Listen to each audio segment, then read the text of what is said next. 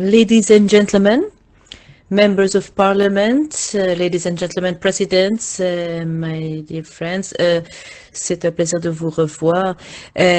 Dear participants, I am very happy to be here with you.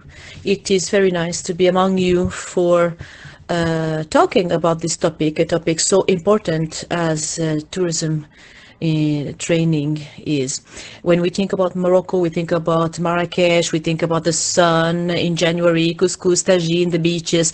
But more than that even, the tourism sector, that is the topic around which we're gathered here today, is really at the heart of the economic and social development of our country. Today it represents more than 7% of the GDP. It is the first source of foreign currency in our country, and it represents 13 billion of dollars of expenses from the part of the tourists who visit us, and it creates direct and indirect employment.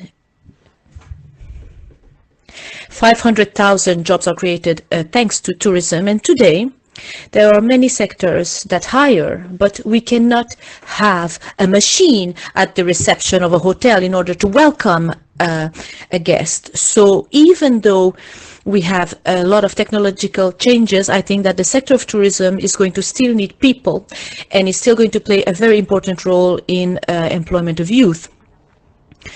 This sector was the first sector that implemented a strategy promoted by our king. It was a voluntary strategy for developing tourism because our king had the will to develop this area. And however, this sector has seen many transformations at country level and also at regional level, but Morocco was able to go back to its roots and the values of tolerance, openness, and also to continue to consolidate its position, I think, are all very important. And that's why the destinations of Morocco are #1 destination in Africa with over 12 million tourists. Obviously, it is very dwarfed by your figures of 80 or 90 million tourists, but it's still the top #1 destination in Africa with over 12 million tourists in our country.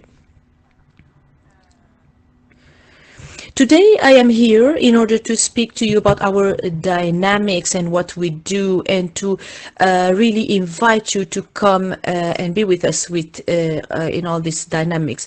Our reality is more and more competitive. The consuming habits of tourists also have changed a lot. The digital platform made everything change so much, and also the airline industry was completely changed by the emergence of low-cost airlines. The distribution, everything changed in this sector over the past few years, and this has happened so fast that training must be up to date and up to the speed. And today, when we invest, it's not enough to invest only in renovating a room. You have to invest in the whole value chain.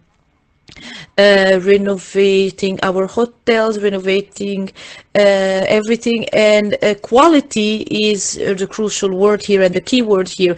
And the priorities have also changed over the years, and the training obviously has to adapt to these changes, and that's why we need to be accompanied and helped by the private sector. In Morocco, 85% of training in this sector is done by the state, by the government, and only 13% is catered for by the private sector. So we really need more help, whether it is with programs, with schools, catering schools, exchanges of students. We really do need to be accompanied more strongly. A couple of months ago, there was a meeting that was organized with the king, His Majesty the King, and he gave his directives in order to reboost tourism training in our country, to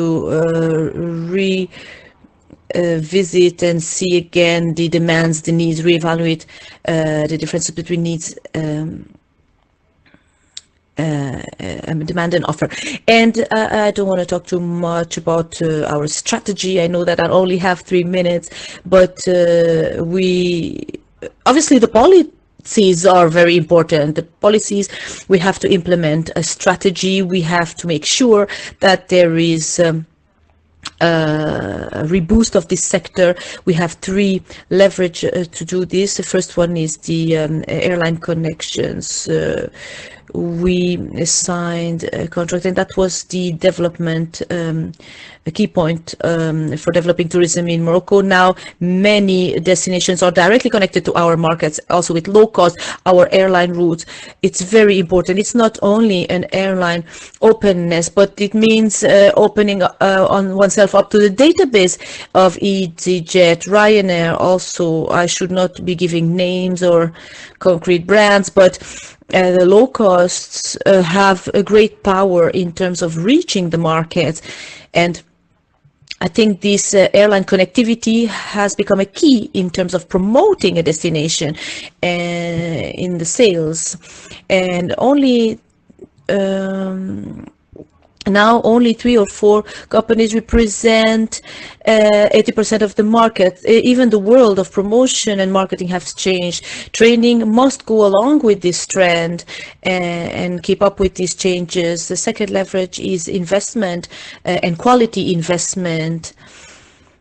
We have to be able to fund, the real estate is funded in a certain way, exploited is invested and funded in another way. I think that all these changes have to be kept up with. And the other priority is training, obviously, and education. And for us, we can see this in the professional trainings, vocational training, to have also the youth go on the field to learn. Thank you.